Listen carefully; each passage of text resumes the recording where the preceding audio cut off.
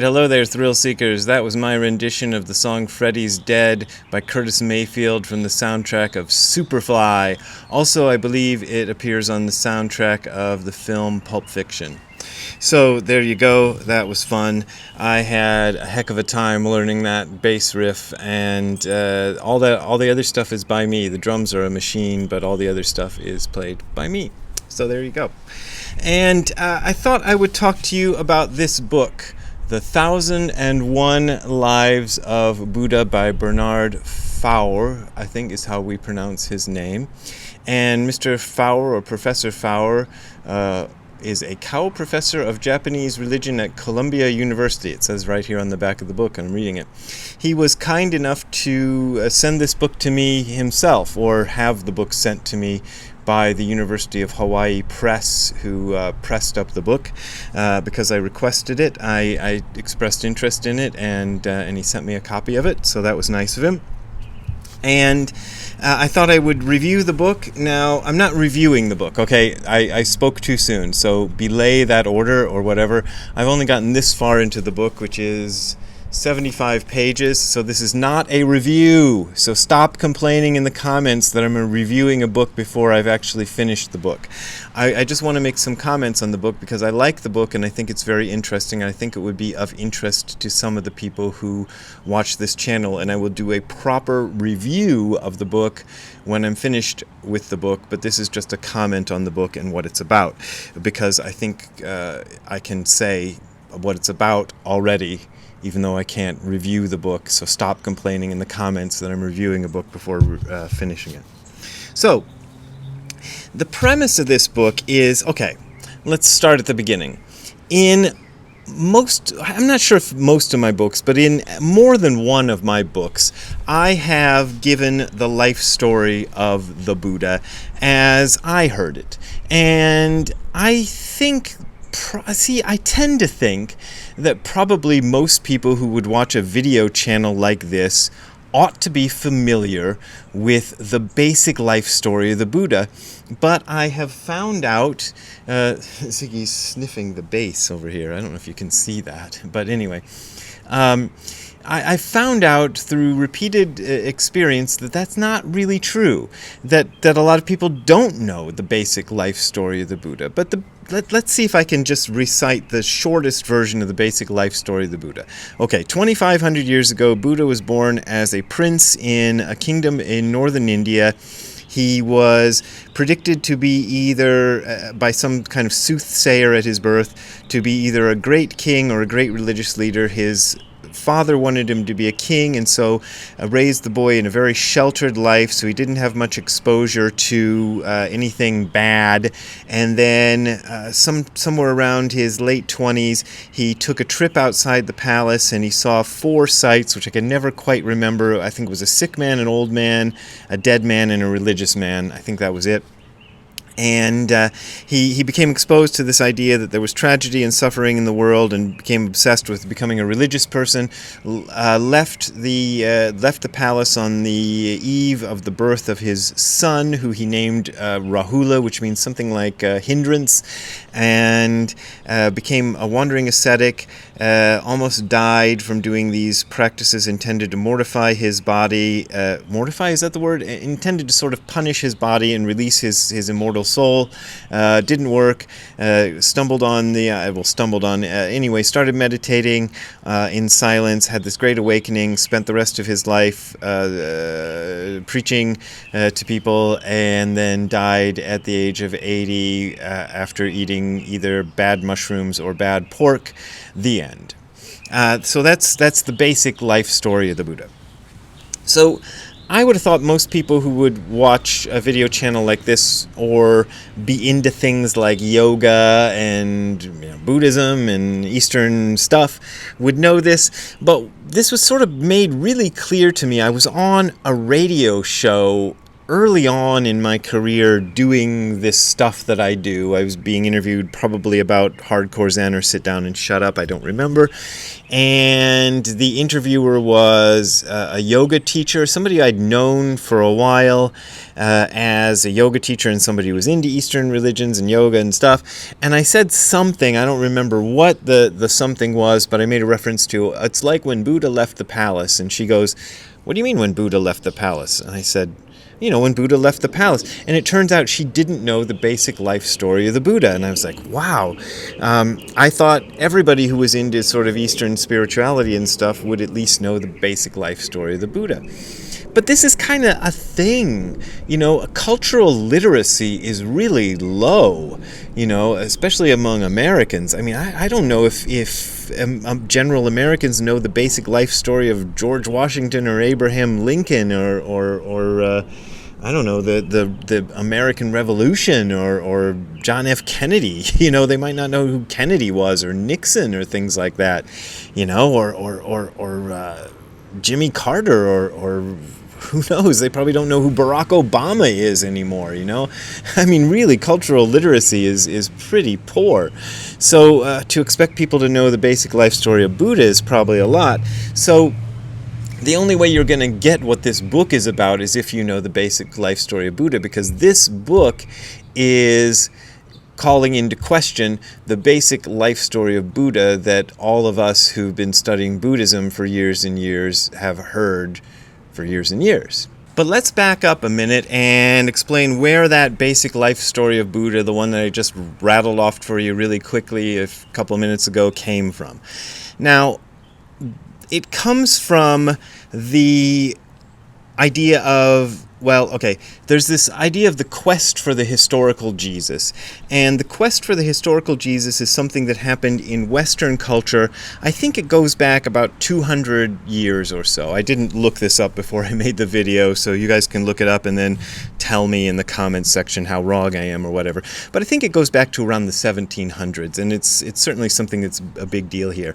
And it's where you take the Gospels in the New Testament and you take out all of the miracle stories and all the things that we know today are not true because miracles don't happen and everything is natural and history is history and blah blah blah, and you try to figure out what really happened. And there's a whole lot of books. There's there's a whole lot of societies and things, and they put out, I used to have some of them. I wish I could rattle off the names off the top of my head, but it doesn't matter anyway.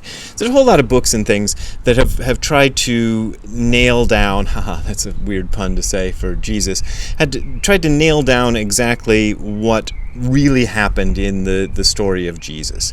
And this has been something that Western scholars of religion have worked on for years. So this happens to coincide with about the time that Western scholars started to become interested in Buddhism.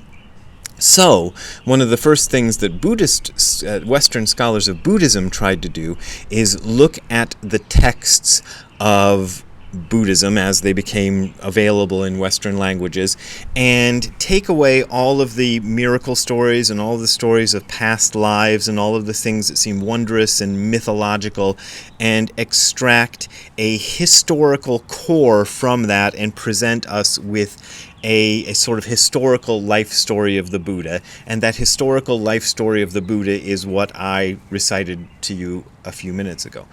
Now, one thing that I'm a little vague on in the book, and maybe I need to read it a little more carefully, is whether Westerners need to be blamed entirely for this. Because certainly, as of today, it is as much a thing in the East, especially in Japan, to do this as it is for Western scholars. And I'll give you an example. It's 2 volumes. One of the books that I have relied on heavily for my understanding of the life story of the Buddha is Hajime Nakamura's 2-volume book, Gautama Buddha.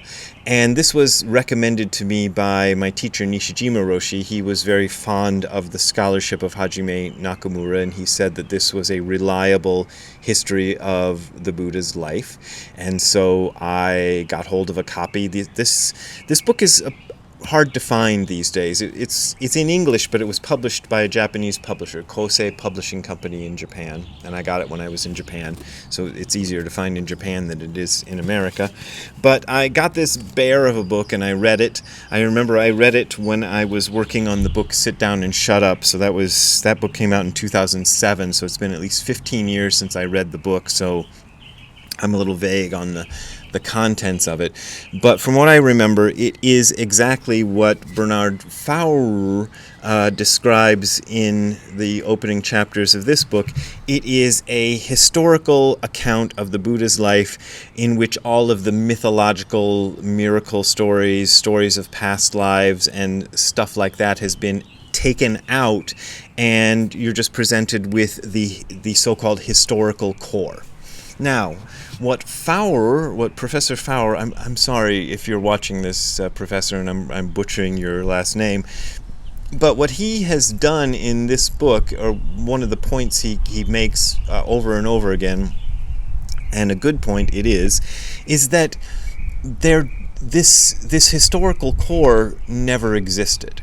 So there's this idea among historians that if only we could find it, there must be a pristine version of the Buddha's life story in which none of these mythological, unbelievable sort of reincarnation stories, miracle stories, and unbelievable stuff, in which none of that is present, in which there is this pristine version in which it's just history.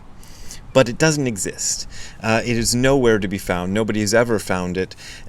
In fact, the first written documents that we know of seem to date from 200 or 300 years after the Buddha died, and there is no evidence, at least none that I know of, that anybody's found that anything was ever written before that. It seems to have been an oral tradition up until about 200 or 300 years after the Buddha died, and by that time all of the past life stuff and miracle stories and all of this stuff was already embedded into the tales, so it was already there.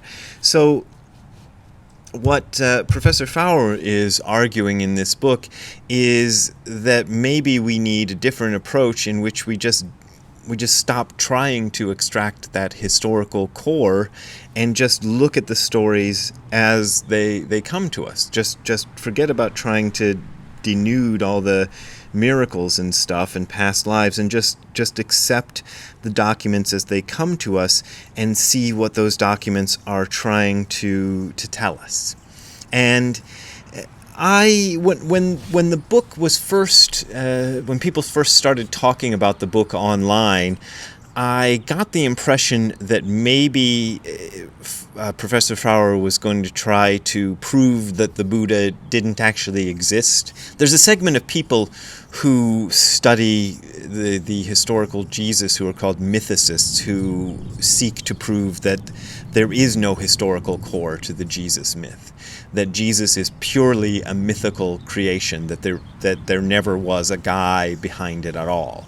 So that trying to take away all the stuff in the Gospels that's mythical and find out who the real Jesus was is just a pointless exercise, because there is no real Jesus behind all the myths. There never was a person. Faure doesn't, at least in the first 75 pages, and I don't think he's ever going to do this in the rest of the book, he doesn't seem to want to go that far. He doesn't want to try to prove that the Buddha didn't exist. He just says that it's pointless to try to either prove or disprove. You just can't do it. You know, that he might have existed, he might not have existed, but there's no point in trying to argue either way, because there's just not enough there to argue the case either way. But we just have to take the myths as they are, and so I'm kind of really interested to read the rest of the book, because I'll read you the the last line of the little blurb on, I don't know, it's a blurb, little description of the book on the back. Finally, he examines recent developments of the Buddha's life, not only in Asia, but in also the modern West, and neglected literary genres such as science fiction. So he even gets into the science fictional lives of the Buddha, which is kind of interesting to me. Maybe he gets into Roger Zelazny's, what was that, Lord of Light, I think? He wrote a book, Science Fiction Life of the Buddha. I don't know if he gets into that. I know there's some Japanese science fiction lives of the Buddha and stuff. But so I think it's a real interesting idea. And it's interesting to me because for my entire career as a Buddhist author, I've been presenting the sort of Hajime Nakamura version. It's not just Hajime Nakamura's invention, but that sort of version of the Buddha's life in which we just pretend that the myths of past lives and whatnot, all these miracle stories, we just pretend like that those never existed and just present him as a historical figure. But it might be interesting to kind of look at it in a different way and see what we come up with. So whenever I finish the book, I'll do another video and I'll tell you how it ends, and then I'll give you spoiler alerts and stuff, so you won't have to ruin the book for yourselves. Anyway, that's it. That's my little preliminary research into the book 1001 Lives of the Buddha.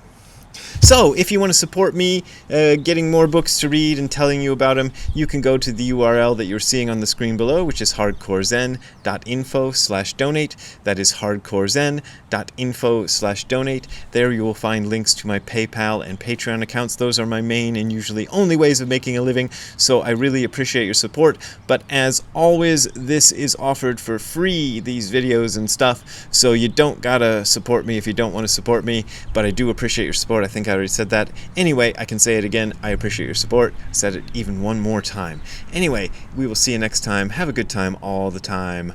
Bye. So what do you think, Ziggy? Was the Buddha a myth? Or did he really exist? Or do you just want me to stop bothering you so you can sleep? Alright, well, I'll just stop bothering you so you can sleep. See you later, Ziggy. Bye.